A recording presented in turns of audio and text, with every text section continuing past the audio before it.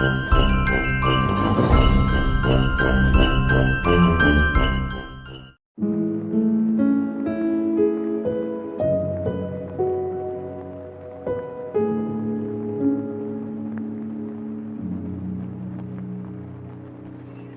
মানুহৰ এখন ডাঙৰ শাক-পাচলি বাৰী আছে। তেওঁ তাত বেঙেনা, বিলাহী, কবি, আলু বহুতো শাক-পাচলি খেতি কৰিছিল। বাৰীখন সকলোৰে চকুত লগা। চাৰিওফালে লহপহকৈ বাঢ়ি অহা সেউজীয়া শাক-পাচলি। কিন্তু মানুহজন একেবাৰে কৃপণ আছিল। পোকে ধৰা বিলাহী, বেঙেনা এটাও কাকো এনেই দিয়া নাছিল। আনকি বেপাৰীসকলকো ওজনতকৈ বেছি দি দিছিল। সেয়েহে গাঁৱৰ মানুহে তেওঁক ভাল নাপাইছিল। তেখেতে নিজেই গাঁৱৰ পৰা কিছু নিলগত থকা সপ্তাহী বজাৰ সমূহত ৰাতিপুৱাই গৈ বেপাৰীবিলাকক শাক-পাচলি যোগদান ধৰিছিল।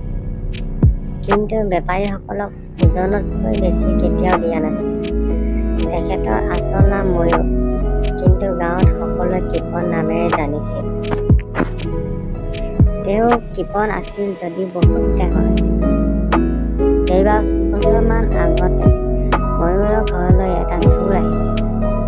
ময়ূৰে সেইদিনা দেওবৰীয়া বজাৰৰ পৰা আহি টকাখিনি বাকচত থৈ ভাত পানী খাই ৰাতি শুই আছিল। ময়ূৰৰ ঘৰলৈ আগতে চোৰ অহা নাছিল। সেইদিনা প্ৰথম চোৰ আহিছে। এটা ৰুমত ময়ূৰ আৰু পত্নী শুৱে, আন এটা ৰুমত বুঢ়ীমাক অকলে শুৱে। চোৰটোৱে ৰাতি 12 বজাত আহি ভুলক্ৰমে বুঢ়ীজনীৰ ভিতৰত সোমাই পৰিল। চোৰজনে লাহেকৈ বাকচ এটাৰ ফালে চোঁচা ল'লে। চোৰটোৱে কিন্তু অলপ দূৰৈত থকা বিচনাখনত কোন শুই আছে চোৱা নাছিল। চোৰটোৱে লাহেকৈ বাকচটো খুলিলে, কিন্তু কলহ এটাহে ওলাই পৰিল। আৰু সামান্য শব্দ হ'ল। বুঢ়ীয়ে কাপোৰৰ তলেৰে চাই, সেয়া চোৰ হয়।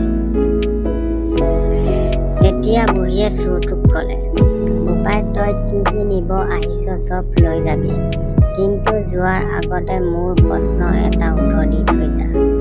চোৰে আচৰিত হৈ বুঢ়ীৰ কথা কাণ পতাত লাগিল। চোৰে ক'লে, কি প্ৰশ্ন বুঢ়ী, সোনকালে ক। বুঢ়ী, বোপাই মই এটা সপোন দেখি আছিলোঁ। সপোনত এটা ঈগলে জোৰকৈ ময়ূৰ ময়ূৰ কৈ চিঞৰি আছিল। ময়ূৰ ময়ূৰ কৈ কিয় চিঞৰিছিল বাৰু জাননে বোপাই? বুঢ়ীয়ে ময়ূৰ ময়ূৰ কৈ অলপ জোৰে চিঞৰিলে। চোৰে একো বুজি নাপালে। চোৰে কি উত্তৰ দিব বুঢ়ীক ভাবিবলৈ ধৰিলে। ভাবি থাকোঁতে কাষৰ ৰুমত শুই থকা পুতেক ময়ূৰে চোৰটোক সাৱটি ধৰিলে। তেতিয়া বুঢ়ীয়ে চোৰটোক ক'লে, উত্তৰ বিচাৰি পালি এতিয়া বোপাই? পুতেক ময়ূৰে চোৰটোক গৰু ধুলাই দিলে। আৰু সেইদিনাৰ পৰা সিহঁতৰ ঘৰলৈ চোৰ অহা নাছিল। যদি ভিডিঅ'টো ভাল লাগিলে like, comment, share and subscribe কৰি দিবলৈ নাপাহৰিব।